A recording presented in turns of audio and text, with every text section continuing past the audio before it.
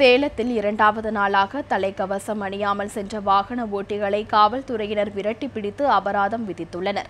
இருசக்கர வாகனங்களில் செல்வோர் கட்டாயம் தலைக்கவசம் அணிய வேண்டும் என்றும் காவல்துறையினர் இதனை தீவிரமாக கண்காணிக்க வேண்டும் என்றும் உயர்நீதிமன்றம் உத்தரவிட்டிருந்தது.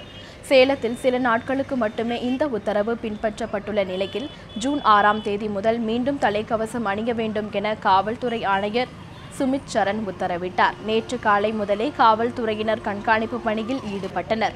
இரண்டாவது நாளாக இன்றும் இருசக்கர வாகன ஓட்டிகளில் பெரும்பாலானோர் தலைக்கவசம் அணியாமல் சென்றனர். சேலம் அஸ்தம்பட்டி 5 ரோடு மாவட்ட ஆட்சியர் அலுவலகம் உள்ளிட்ட நகரின் முக்கிய பகுதிகளில் போக்குவரத்து காவல்துறையினர் வாகன சோதனை நடத்தி தலைக்கவசம் அணியாமல் சென்றவர்களுக்கு அபராதம் விதித்தனர்.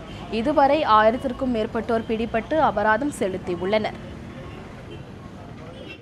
இன்னும் சில மக்கள் அதுக்கு கொஞ்சம் ஒத்துழைப்பு கம்மியாக தான் இருக்குது. பெரும்பாலான மக்கள் ஹெல்மெட்டை வச்சுக்கிட்டே போடாமல் இருக்கிறது கொஞ்சம் வருத்தமாக இருக்குது. இதை யூஸ் பண்ணி நிறைய அவசரமாக ஹெல்மெட் வாங்குறாங்க. அதில் அவசரப்பட்டு தரமில்லாத ஹெல்மெட்டாக கூட அவங்க வாங்க வாய்ப்பு இருக்குது. இப்போ ஹெல்மெட் கட்டாயங்கிறதுனால என்ன பண்ணுறாங்கன்னா நிறையா கடைகளில் தரமில்லாத ஹெல்மெட்டை நிறைய விலைக்கு விற்றுட்டு இருக்காங்க.